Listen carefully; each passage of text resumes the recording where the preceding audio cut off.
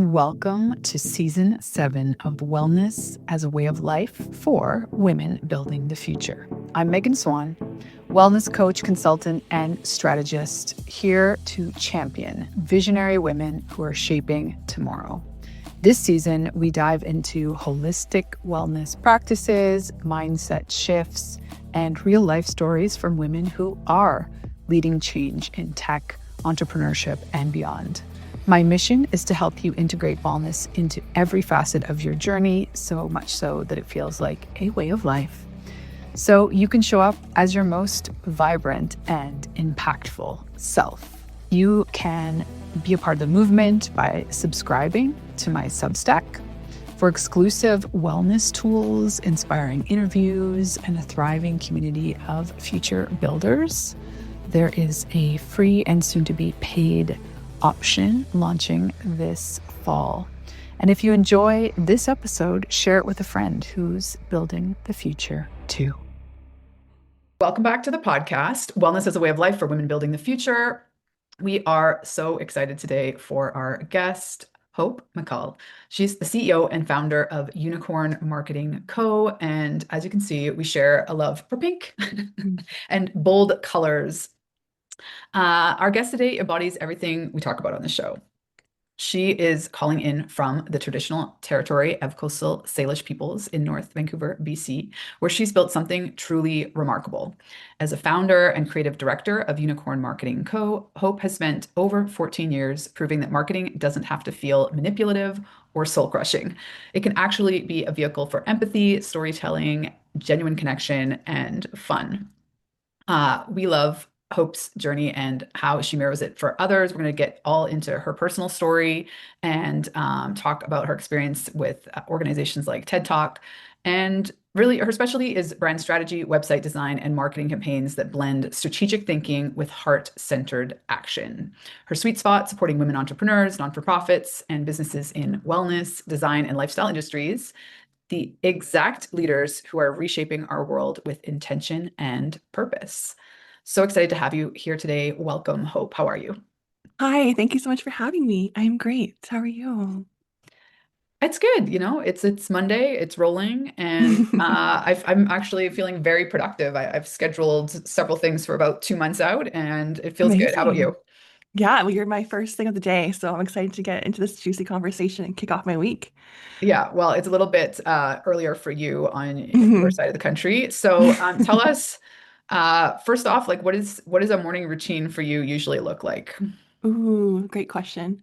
I wish I was in the 5 a.m. club. I'm not there yet. It's not Maybe for I will everyone. It's really be. not. Yeah, I really appreciate the statistics and the articles I read about how it's so great for your body and your circadian rhythm, but I'm not quite there.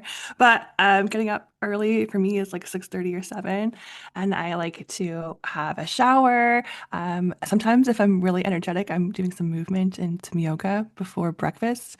I'm Nice. trying to get into the habit of drinking a whole glass of water before I have coffee and taking all of my supplements and medication ready to go. This is very specific. Is this on par of what you're hoping for?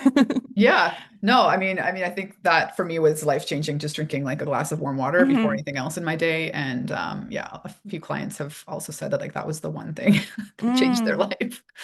I So really it is like a good the habit to build in. yeah. I really like the Yeah. morning pages from The Artist's Way. Have you heard of this? Mhm. Yeah. Yeah. I I go in try ebbs to do and flows. that. I'm currently doing that too. I love that. Such a great Yeah. way, especially as an entrepreneur when you have like all the things in your head all the time to really get things down on paper and figure out how you're going to be, strategizing and focusing your day. It's so Mhm. empowering and really just helps on a nervous system level to start the day feeling like you know what you're doing. Yeah. I hope I start the day sometimes knowing what I'm doing. All right, well, let's dive in.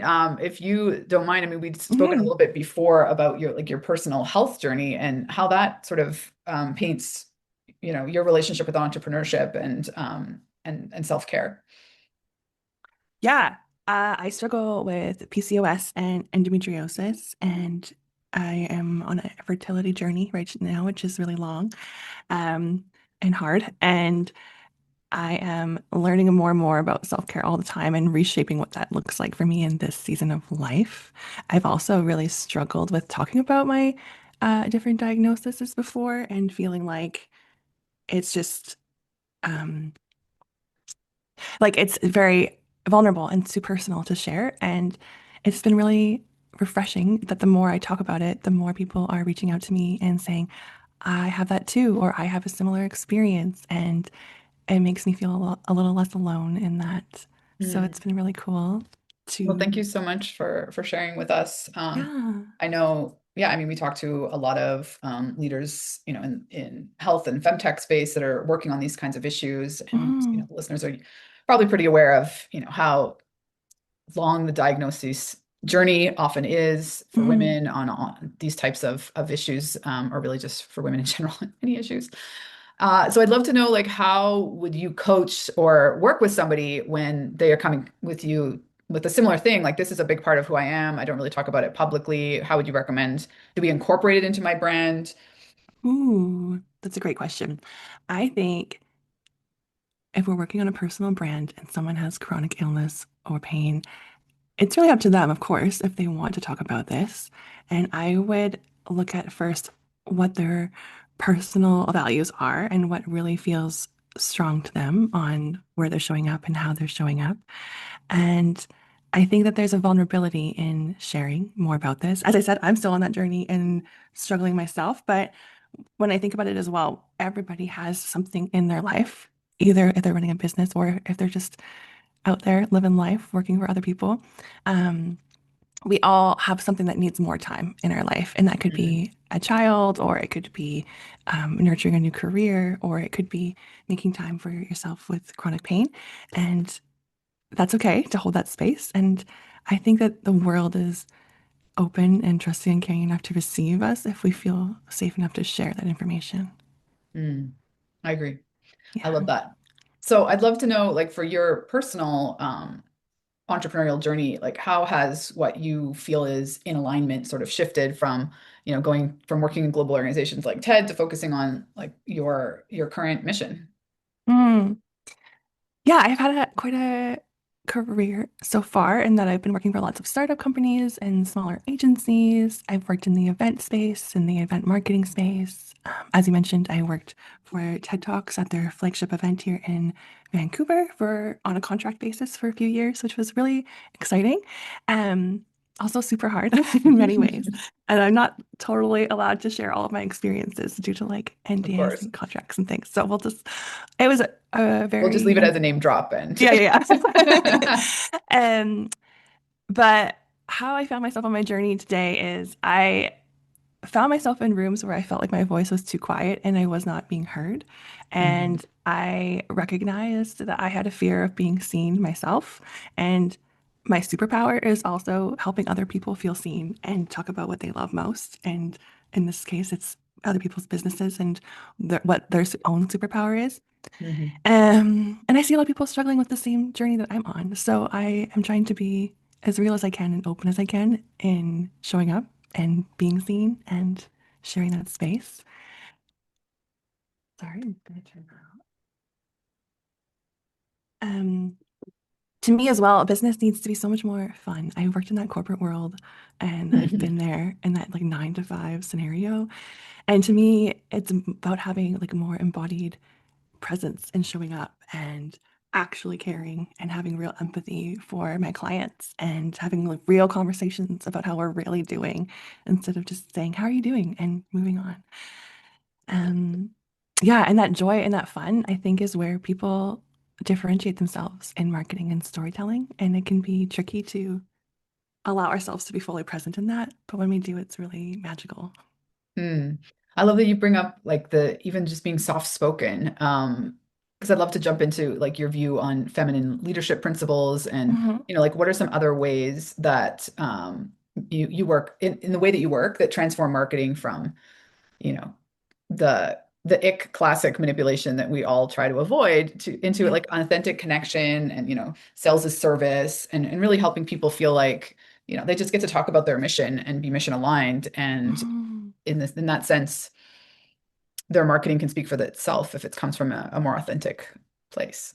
Absolutely. Yeah, I think in terms of feminine leadership, I didn't recognize that those were leadership skills in that space when I Mm. was coming into it. And now, 5 years later of owning my own business, I'm like, oh, yes, this is all making sense. Yeah. Um, and I am proud of that capacity that I have to trust my own intuition and my own emotional intelligence and to like sit in my feelings and be present in my journey.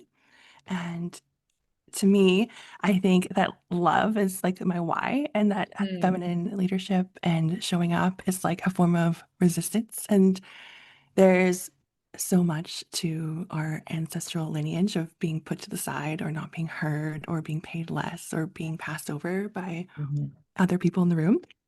So that's a big part of it for sure. And when I think no matter what, even if it's a ginormous corporation or an enterprise, when you say words like collaboration and intuition and emotional intelligence, they might not resonate with that word, but there's another word for it that they use in business, I think, that show different capacities, like value alignment, I think is like a big buzzword, or diversity. And I think people are trying, and I want to be hopeful that we're all mhm. working towards this. And yeah, what you're saying about authenticity, when it comes down to it, I think that being human is the most important thing, and speaking to other humans just as we are, showing up with that love and care, collaboration. Um, it's the most important part about marketing and storytelling. It all like filters into those KPIs and the ROI that we're looking for on a microscopic campaign level, but it's the center of everything I hope to be doing. Mm. Can you give us just like your 2 cents on like what's changed in marketing, big picture in the last decade? Because I mean, you've been in it for so long. Hmm. Big picture, AI is the biggest thing. Um, I think it's so rapidly changing. Everyone's using it, which is both exciting and terrifying. And I think we're we're definitely filling up ourselves with content all the time. And there's a lot of content out there in the world on our screens all day. And the quality of content, in my opinion, is going down, Mm, because we're leaning so much on AI. We're leaning so much on the push and consumption of that content.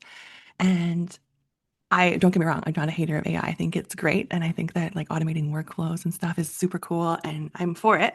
But I do think that there's an element of that humanness that AI can't recreate. And it's about learning how to use AI as your tool and having fun with it and reiterating as much as you can rather than just taking exactly what AI gives you in that moment and like putting it out there into the world. yeah, totally. Yeah. So, I guess pivoting to, the argument that it's just helping us with productivity, like, do we even want to glorify more productivity? No. Wellness and business strategy, like for you personally and your Mhm. health journey, are there things that you've done differently or pulled back on or, just set up differently based on so that you can support your own well-being? Yeah, I do not subscribe to the idea that success is integral to my business and numbers, and that I am more aligned with it's how I'm feeling, how I'm doing, and what's going on in my personal life as well. And I think the biggest thing for me is just taking that time to slow down and to process how I'm doing in real time and how I want to receive people. And just like, yeah, feel fully present in those moments when I'm working with clients or working on a project and harnessing that moment of creativity.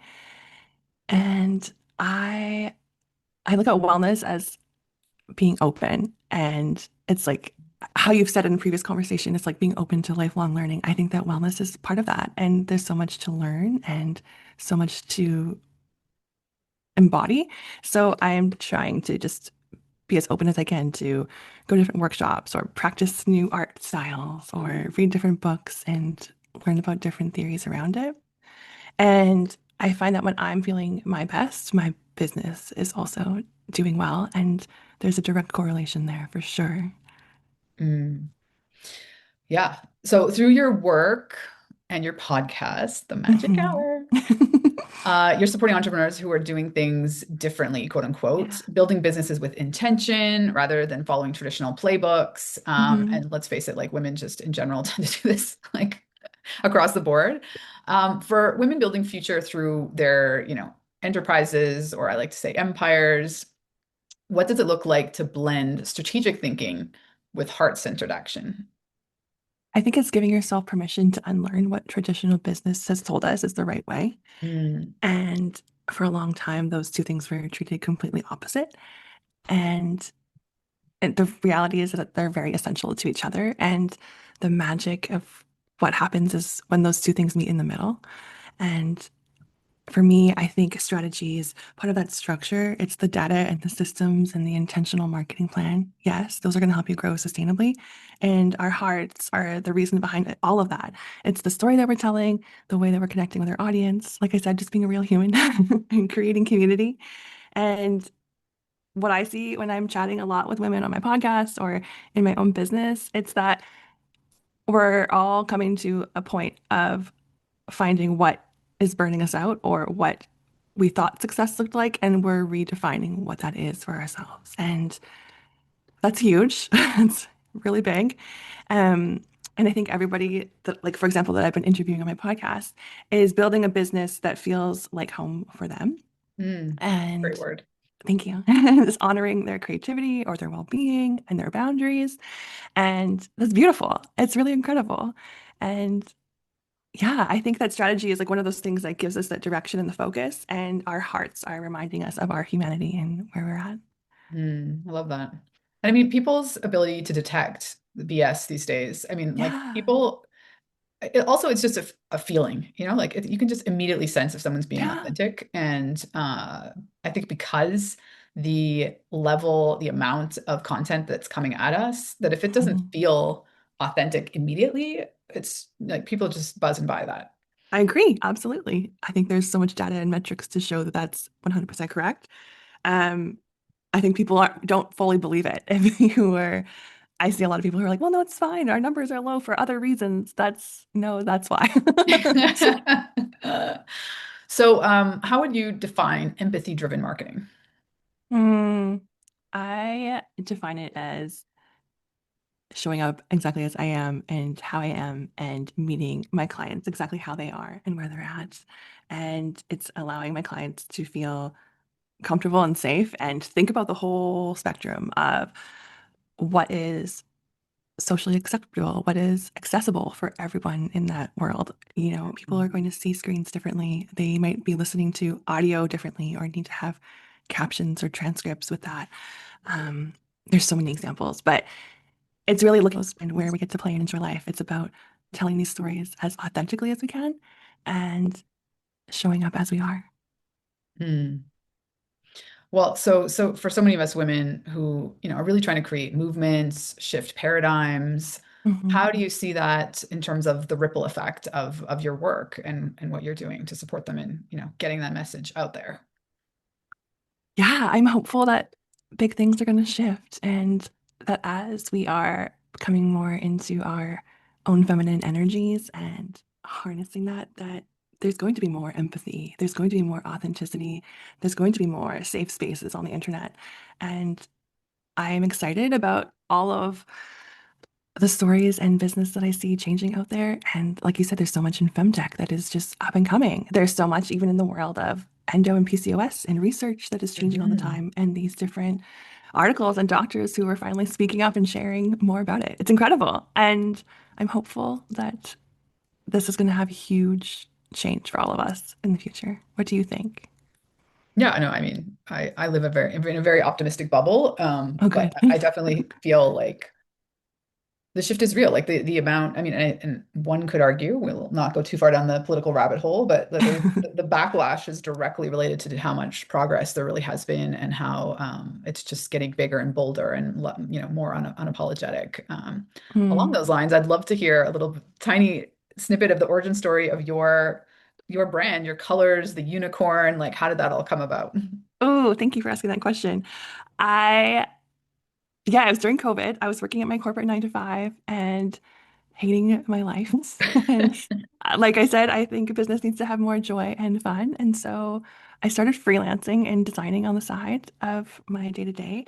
And I was laying in bed during COVID, working at home, thinking like, I think I'm going to call it unicorn marketing. Is that crazy? And I bought a domain, had no plan, no idea what I was doing. Um, and it kind of went from there. And in terms of my colors and my my branding. I am so in love with them, and I love my pink and reds, as you can see. But definitely took a few iterations to find that and to find what that sounded like for me and what that looks like visually for me. So I can definitely empathize that we're all works in progress, and sometimes we have an idea where we want to be, but we're not quite there yet. And yeah, that's why I like to help in that space of that storytelling and design and fun. Yeah, I think it's so uh especially for entrepreneurs where in theory you can do all these things yourself on Yes. some level.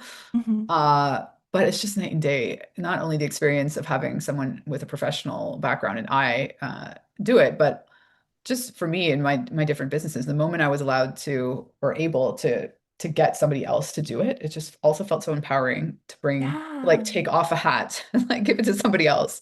Be like, now this is now I trust you. Please, please Yes. do what I've been trying to do for 5 years and really don't want to anymore. And hand it over to someone for them. It's their joy. And I totally get that it's scary to hand it over, and that, like, for example, you could have been doing things a certain way for so long, but to have new ideas and that collaboration and that intuition from other people coming into your business, I think is fuel, and it just lights something up that makes it so exciting. Yeah. All right. So we're Yeah. going to share all of your links in the show notes, but is there like a specific call to action that you want to draw people's attention to, or the best way if someone wants to DM you, what platform are you most on? You can find me on Instagram at Hello Unicorn Marketing, and have a listen to my podcast, The Magic Hour, on Spotify and Apple, wherever you listen to podcasts. I have an episode with Megan coming out soon, so you'll have to check that one out. Yeah, yay. I'm so excited. Yay. And tell the audience a little, because you do it a bit differently. You do kind of like I don't think all your guests necessarily do this, but a lot of them give like a little workshop, a little mini Yeah. teach. So you get the interview and then you get some of their wisdom. Yeah, so that was my idea for this year, to expand content just in general, and to share more wisdom from my incredible guests. Is that I have an interview format episode, and then the week following, they have like a mini TED Talk or a workshop where it's like the guests sharing their wisdom, all of their joy, and like a quick little masterclass. And I love it. It's so fun. It's been really cool to see this unravel, and my community's reaction to it all. Yeah, it's such a brilliant idea. I love it. Thank Well, you. thank you so much for being here, for sharing your wisdom, for getting vulnerable. And we look forward to sharing this conversation with the world and having everyone reach out and get some unicorn marketing. Thank you so much for having me. Take care.